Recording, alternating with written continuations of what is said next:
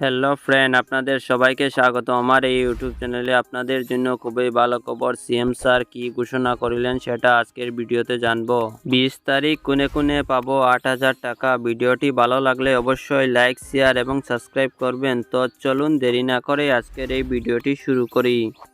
বাগিচাত আগতে কংগ্ৰেছৰ দিনত খালি এলপি স্কুল আছিলে। এলপি স্কুল থাকিলে লৰা ছোৱালীয়ে পঢ়া আৰম্ভ কৰিব পাৰে, কিন্তু এলপি পাছ কৰি কোনেও চাকৰি পাব নোৱাৰে।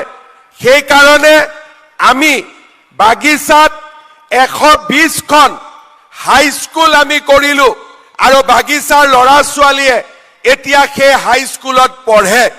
ফেব্ৰুৱাৰী মাহত আগৰ 120খনৰ লগত নতুনকৈ আৰু 100খন হাই স্কুল আমি বাগিচাত মুকলি কৰি দিবৰ কাৰণে আমি চিন্তা কৰিছো। শ্ৰদ্ধা ৰাইজ, আগতে বাগিচাত কোনো ডাক্তৰ নাছিলে। আমি এটা দুটাকৈ মেডিকেলত সিট দিছিলো আৰু বৰ্তমান আমাৰ চৰকাৰে মেডিকেলত 27টা সিট আমি বাগিচাৰ লৰা ছোৱালীৰ কাৰণে ৰিজাৰ্ভ ৰাখিছো। কিন্তু এই বছৰৰ পৰা বাগিচাৰ লৰা ছোৱালীক 27টা নহয় 40টা মেডিকেল সিট আমাৰ চৰকাৰে দিয়াৰ কাৰণে ব্যৱস্থা কৰিব। আজি আমাৰ আপোনালোকে দেখা পাইছে মেডিকেলৰ লগত নাৰ্ছ, লেবৰেটৰী টেকনিচিয়ান, তাৰ কাৰণেও আমি 250 সিট দিওঁ আৰু বাগিচাৰ 1.5 লাখ লৰা ছোৱালীক আমি আজি স্কলাৰশ্বিপ দিওঁ। আমাৰ বাগিচাৰ লৰা ছোৱালীক আত্মনিৰ্ভৰ হ'বলৈ দয়াল দাস পানিকা আঁচনিৰ জৰিয়তে আমি 25,000কৈ টকা দিওঁ আৰু আমাৰ 500 চাহ বাগিচাত আজি আমি জগন্নাথ কমিউনিটি হল নিৰ্মাণ কৰিছো।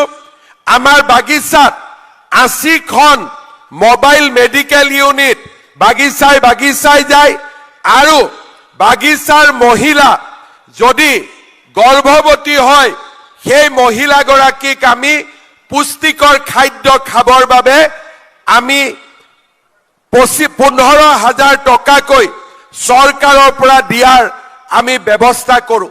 আমাৰ চাহ বাগিচাত টি গাৰ্ডেন, ফুটবল এই ধৰণৰ বাগিচাত আমি খেলাৰ পৰিৱেশ আমি বৃদ্ধি কৰিছো।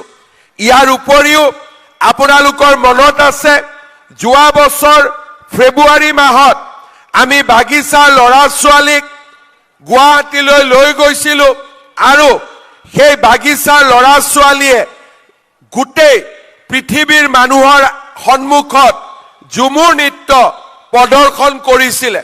এতিয়া আমি ঝুমুৰ বাগিচাত আছিলে, বাগিচাৰ পৰা ঝুমুৰ আমি গুৱাহাটীলৈ লৈ গলো।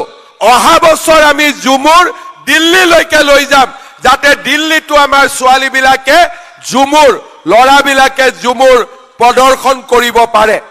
শ্ৰদ্ধা ৰাইজ, আজি আমাৰ বাবে এটা আনন্দৰ দিন। মই মোৰ বক্তব্যত কৈছিলো যে আমাৰ চাহ বাগিচাই বা আমাৰ শ্ৰমিকসকল অসমলৈ অহা 200 বছৰ পূৰণ হ'ল। কিমান দিন হ'ল? 200 বছৰ। আমাৰ চাহ শিল্প কিমান দিন হ'ল? 200 বছৰ। এই যে 200 বছৰ আপোনালোকে কপালৰ ঘাম মাটিত পেলাই অসমত চাহ উৎপাদন কৰিলে, তাৰ বাবে আপোনালোকক ধন্যবাদ জনাবৰ বাবে, আপোনালোকক সন্মান কৰিবৰ বাবে আজি আমি গোটেই অসমতে এখন মিটিং আয়োজন কৰিছো।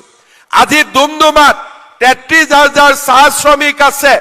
মাকুম, তিনচুকীয়া, ডিগবৈ, মাৰ্ঘেৰিটা, নাহৰকটীয়া, টিংখং, মৰাণ, ডিব্ৰুগড়, চাবুৱা, লাহোৱাল, চৰাইদেউ, সোণাৰী, যোৰহাট, তিতাবৰ, গোলাঘাট, কলিয়াবৰ, বিশ্বনাথ চাৰিআলি, গহপুৰ, বিহালী, লখিমপুৰ, ধেমাজি, ঢেকিয়াজুলি, বৰচলা, এই গোটেই ওদালগুৰি, নাগৰিজুলি, ধুবুৰী, এই গোটেই সকলো জিলাতে আজি বাগানৰ মানুহ আমাৰ মিটিঙত আছে।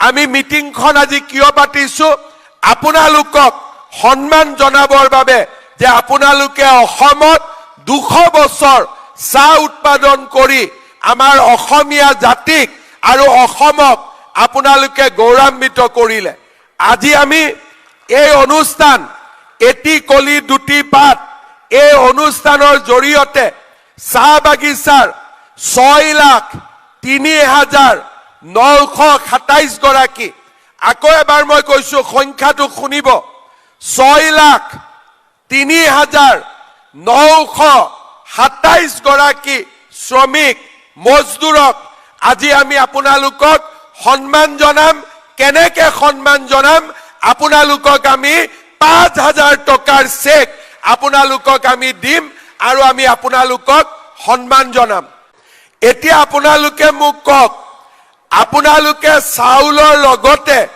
এতিয়া যে 100 টকাত আমি দালি নিমখ চেনি দি আছো আপোনালোকে পাইছে নে নাই পোৱা পাইছে এতিয়া দালি পালে চেনি পালে নিমখ পালে আৰু কি দিব লাগিব আপোনালোকক কি দিব লাগিব ডাঙৰ কৰি কওক তেল দিব লাগিব 1 লিটাৰ লাগিব নে আধা লিটাৰ কৈ লাগিব কিমান লাগিব 1 লিটাৰ কৈ ঠিক আছে আপোনালোকে ইলেকশনত কাক ভোট দিব ৰূপেশ গলাক ভোট দিব নে নিদিব বিজেপি কোনে কোনে ভোট দিব হাত দাঙক বাপৰে সবে দিব আপোনালোকে এবাৰ বিজেপিক জিকাই দিয়ক চাউল যেনেকে ফ্ৰী পাই আছে অহাবাৰ দালি নিমখ চেনি মিঠা তেলো আপোনালোকে ফ্ৰী পাই যাব আৰু 100 টকাটো আপোনালোকে দিব নালাগিব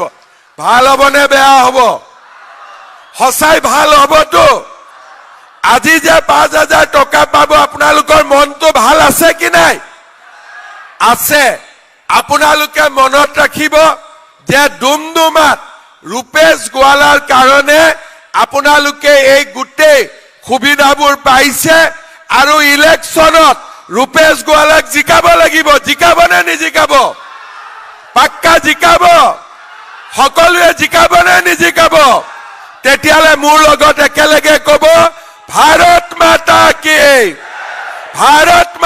কি নৰেন্দ্ৰ মোদী ৰূপেশ গোৱালা বহুত বহুত ধন্যবাদ জয় হিন্দ বন্দে মাতৰম আৰু আমাৰ জুমুৰৰ ছোৱালীবিলাকক কব দিল্লীত যাবৰ কাৰণে ৰেডি হৈ থাকিবৰ কাৰণে ঠিক আছে বহুত বহুত ধন্যবাদ